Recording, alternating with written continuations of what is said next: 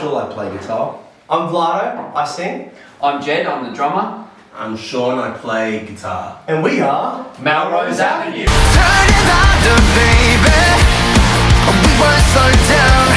Melrose Avenue. Such a boy band moment that was. I loved it. So it's your first time in the UK. Welcome. Thank you very much. The tour starts tomorrow. It does. How are you feeling about it? Oh, I'm feeling a bit nervous. Oh, yeah. But like good nerves. Because it's like, it's been happening so fast Yeah. that it's like, I don't know. It's just so exciting, but like a little nerve-wracking at the same time because it's like, holy shit, we're doing it. And They've sold pretty well as well. They've sold out. Yeah. Yeah. That's the best it could possibly be. Exactly. I was super nervous over the past 2 days, and today I'm like, let's go! Yeah, for me it's just, I just want to deliver to all the fans. Yeah. I just want to make sure we get out, guns blazing. Yeah. Totally. I'm sure we will. We've already done our first 3 Yep. amazing shows. Yeah. Hell yes. And thanks to the sound guy Cirque right there. Let's go, baby. Yeah. Everything's been going so good, so it's just, it feels surreal. Yeah. So you have been touring a little bit while, as you say. Have you learned what you must take on tour with you? Like, what are your must-haves? Yes. Oh yeah. For me, it's my sound cancelling headphones, because when you're sleeping with multiple people, that came out wrong. Are you When sleeping? you're sleeping Hey, don't talk near, about our nights, near mate. multiple people, I've only one night. Multiple people, I'm a really light sleeper, so I need my headphones and just a shit ton of deodorant. Really, get sweaty. You go straight from the gig to the van or the bus or the hotel. In our case, hostel most of the time. So yeah, deodorant, headphones. Mine's probably vocal stuff, so my vocal steamer is a must-have. That's about it, really. I need that for sure. Throat spray, must-have. That's about it. My headphones and Switch. Yeah, I was gonna say my Nintendo Good have Switch. to go. Yeah, 100%. For the drives, I reckon it helps. What am I playing? I'm playing Legends ZA. I'm playing new Hyrule Warriors. Oh, sick. That's my favourite. No, but you lot, people will be like, that's what I No, like. I love that stuff. Yeah. I'm only joking. What about you, Mitch? What about you? Definitely noise cancelling headphones are Okay. a must, and then I'm not there. Protein. Protein powder, and creatine and pre-workout to Yeah. Nice. excite me in the evening. We have to, when you're tired and you're like, oh, we're on at like 10 p.m. and you just a few scoops of caffeine and you're buzzing until midnight. Mm-hmm. Makes sense. Simple. Thank you for all of that. No worries. You've released a new song today. We Yes, have. we have. Congrats. Thank I you. love it. So it's a bit more vulnerable, this one. Yes. Can you talk to me about your writing process and how it differs depending on what tracks you've got? So for this one, I kind of wrote this externally. I just wrote it because I feel like it was a very vulnerable thing for me to write about. It was about like a breakup I had. And then we did have to go to a guy named Eric Emery, amazing guy, to touch up a lot of the stuff that I wrote. And that was even harder because he's like, let's delve in deeper. I'm like, Was that lyrics? yeah, lyrics. And I was like, oh shit. And that for me is probably one of my favorite songs because it's always nice to hear a stripped back version of, just anything. So I feel like this one really hits me the hardest, personally. But yeah, it was a very fun song to write. No, it wasn't. What the fuck am I talking about? It sucked! You know what would be crazy if one day we released like what we think the non-stripped back version of that song would be? It's just like a completely different song with like the same lyrics and melody, but it's just got this full band behind it. Yeah, but yeah, I feel like that for me was very fun. No, it wasn't. It was dreadful. But it was nice to be in a room and write with everyone and fix it up and to be that open with everyone about a song that means, very much. Yeah, I think by fun you mean like it was probably for you the most like intense, dare I say, spiritual experience of writing because it would delve so deep into your heart. Like not fun, probably most deep situation experience. It was just nice to be comfortable in a room, delving into something that's very vulnerable for me. For sure. So I feel like that was a good experience for me to be around people and just be like, oh yeah, shit, everyone's been through shit like this as well. So it was a very interesting writing process. Yeah. How does that differ to like some previous tracks that you've created? Because the other one's just like, Yeah. you know what I mean? It's like, yeah, we could say it, sad shit, but it has a beat to it, Yeah. Sometimes it comes with from a riff. It could come from just like a vocal idea, a drum pattern. Yeah. It really differs, but a lot of this, there have been songs that have taken 2 years to come out, and there have been songs that have taken 2 months to come out. So the process really differs depending on the song, the emotional connection that we all have with the song, and how much we really want to delve into it until we actually feel like we're ready to show people. Yeah. So you are all quite active on social media. Yeah. How important do you think that is in the music industry in this? The most important thing ever. Yeah, especially for Over the music? No, No, not over the music. Rephrase. No. Rephrase. Most important thing ever Fuck for it bands out. to get their music out. Yeah. Perfect. Yeah. Sorry, not most important. But I think, look, we to live in this day and age, to be able to market yourself to such an audience, For free. we're very grateful for it. And yes, it's annoying, and yes, as musicians, all you want to do is make music, but with any job and anything you do, there's always going to be a part that you have to do that you don't really want to do. And we've grown up in this generation where we all consider ourselves very lucky to be able to market ourselves in such a way that doesn't cost us anything. And I think everyone's found their individual shtick, and we've combined that together, and that, you know, from a grateful manner has allowed us to get out to so many people, and it's just worked. But it is difficult. There's so many bands and artists that work really hard to try and get that part of their business going. And then I would just say this, it's not the most important thing, but it is a really important market tool, and I think it would be unwise to not use it. But you just got to be genuine.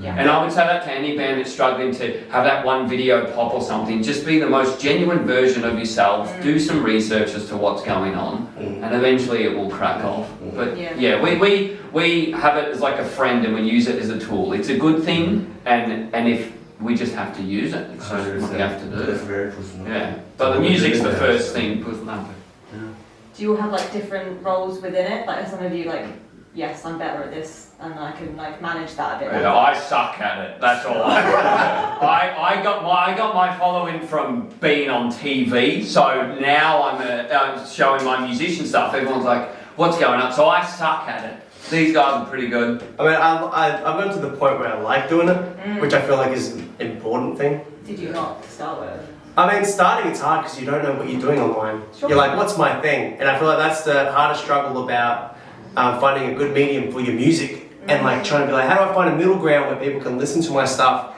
and for me to be also doing something online where I can also gather new people. Yeah. And I feel like once you find that spot, it's so much fun because you're like, holy shit, that video just got so many more listeners on our stuff, and we're also growing as a group. So it's just, it's finding that ground. Once you do it, it's so fun. Yeah, once you find your niche, and niche is a great thing because you carve out an audience, you carve out like people who support you and follow you for what you love, and it's very genuine as opposed to, I mean, there's so many great musicians on social media, some just do singing videos or drum videos or guitar videos, and that works for them, but for us I think it's been about expanding that even further, and adding things like Vlada reacting to pop songs, and adding his cat in videos, and me myself adding a bunny in my videos. It's kind of branching out and just like introducing, because I think again, like we're not like a straight down the line super serious metal band, so we have an audience with people like all kinds of music, and then you bring them in, maybe they see a cat video, and then all of a sudden they're like, they love pop and rock, and they hear us and go, now it's their new favourite band. So it's you never know who's going to come out of it. So finding a niche could be hard, but it's just, I think, like Lotto said, like taking risks and just having that initially, just like will to not care what people think and just put content out there and see what works, and that's scary, but when you're consistent, it pays off. Yeah. How do you find it translates with live shows? So people that discover you on Instagram or TikTok? Oh, it's been one of our big strong points, which is a beautiful thing. That's why I love the online. That's why I don't understand people who don't want to do the online thing, because I'm like, it's so like, you need it. Well, even like playing in the US, it was like half the crowd were like, oh, we heard you guys in Octane last week. And then they came to the show, and it's like, wow. And then some might, follow Jed, or they might follow Vlad. It's just from all walks of life, so it's really cool. It definitely helps. I think it's people, musicians got to be careful. Like, it's not everything, but it's one of the most powerful tools, and it's about finding that balance. Yeah. But you have to use it. Yeah. And we're grateful that we're with boys who are really good at it and know how to use it. Thank God, because I hate it. I love it. Yeah. So you've not been a band publicly for very long. No. How did you get together as a group? So me and Sean first met 22. He was working at a studio that I also like was recording at, and I was like, oh, it'd be cool to like write with someone who does like heavy stuff. Turns out he did, and it got to a point where like, dude, we gotta make this a thing. We wrote Enemy in like a week, and it was like, okay, this is something. Yeah, and then I met Mitch online. I don't know if I ever told this, but Casey, the screamer singer from this band called Deadlands, she was the one that said his profile was like, you gotta like be in a band with this guy, and I was like, all right. This guy. And then we started chatting. She hooked us up. Yeah, she Then did. they started chatting. We were online. already hooking up, but you know. Yeah, we were. What? And then Don't be jealous. Guys, No, that's right. It's an It was like, interesting alright. audition process here. I'm still sore. It was like That's what almost the band, and then we met Jed, and then it just felt like this piece of the puzzle needed, and then it just. And here we are. Here we are. And we're very silly. Don't take half the things we say seriously. We are stupid. So if no one has ever heard of you before, what 2 songs would you recommend them listen to for the first time to get lost? Fool the Beggar. This is the end. Nice. I'd say Fall in the Beggar. Suffering. I go Inside Your Mind. This is the end. I'm gonna go with Sean, Fool in the Beggar, and this is the end. Wait, can I change my second? Yeah, What? go for it. What's the frame with you? Wait, no. No, change it. I'm thinking. It's probably Fool the Beggar and Body Bag. Nice. Okay, you love Body Bag, yeah. Oh, I like Billy Bag. Yeah. Just It's on the dance. Yeah, that is true. That is a fun Live, song. live that song. Well, like it's goes off. at some point where like everybody put their horns in the sky. I always wish we did that song 2 BPM slower, because when I'm jumping, I'm like, fucking Jesus! It's so hard to jump. My heart rate by the end of it is fucking It's great. It's great. Do you have a favourite song to play live? Body Bag is Yeah. That one's always fun. Mine is a song that's not released yet, but you'll see it at the gig. Yeah. What about yours? I think I like playing Suffering. Whichever one I have the solo. No, it's just a fun chorus. It is fun, yeah. You get kind of bouncy head. It's a perfect ending of a show. Yeah. Totally. We were going to play 4 new songs on this tour, but now we're playing 3 Okay. because 1 came out today.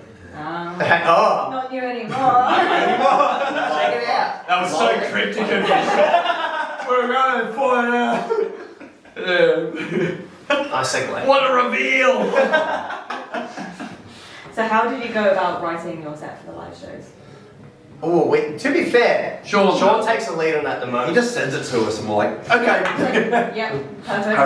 I really try and focus on ebb and flow with sets. Starts with something that everybody knows, and then it really like comes down and then goes up and comes down and then it goes up and then comes down. So it's very methodical. It's almost like it's like drugs. It's like A really weird one. Down, then I'm up. We did it from things we know about. So. it's almost like structuring an album. You know what I mean? Like each song needs to be sequential, at least for me. Like That's a good way to think about it. Sean's definitely the musical director and sonically the one that has a vision that we all trust. So when he puts forth the set list to us, it always makes sense. So yeah, he hasn't failed us yet, and never will. Hopefully Our not. little Shaul. Shaul Maya. Cool, so a couple more questions, just like finish it off. No worries. Out of all of you, who's the most messy? Messy. Oh, probably me, yeah. I'd say me. In the mornings, with the Doritos. All I know is it's definitely not me. No, it's not you. It's not. I'd say between me and Sean. Yeah. Yeah. Okay. Because I don't know what it is. When I have a bag full of stuff, it just explodes.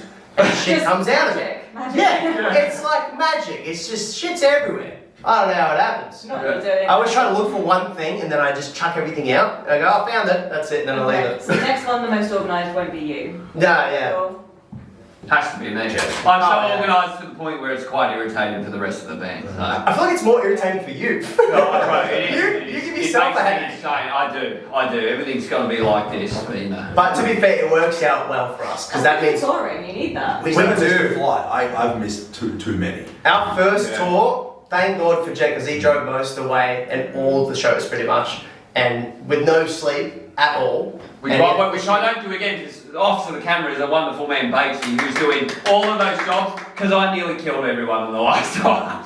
So, you know, I think everyone was sick of me being like, I'm so tired, so. No, but hey, you push through. We push through. I think we've all got our good parts of what we do on tour and in the studio, and where one's weak, another one's strong, and it balances out in the end. And although sometimes we may, shit each other, it does really balance each other out. Yeah, that's what you need in a band. That's kind of my last question. What's your favourite part about being in a band together? Favourite part? Making music. Dude, going on stage is singing with the boys. Yeah. Singing with the boys. Performing. And it is funny to like, even last show we did, I looked at Sean like, holy shit. I remember the first time I met you, look at us now. How was this happening? Then I turned my around, I'm like, damn man, this guy on TikTok. And I'm just staring at his ass the whole time. And then I turn around and Jed really focuses when he's drumming, so he gets his moments when he looks at me. And I'm like, hey, Jay! This is fucking, I'm like, let him have his moment for a second. I think, on stage and the laughter, we are a really silly bunch of boys, and that's the essence of who we are. And for me, it's like, I've never laughed so hard in my life than when I'm with these boys. Yeah. Like, it's just... Oh, we're the best tour footage. It's just all dumb stuff. Like, all of us just having fun. And yeah, it's crazy we get to do this for a job. Yeah, that's the best part. Hell yeah. Bye. Bye, Cannon. We love ya.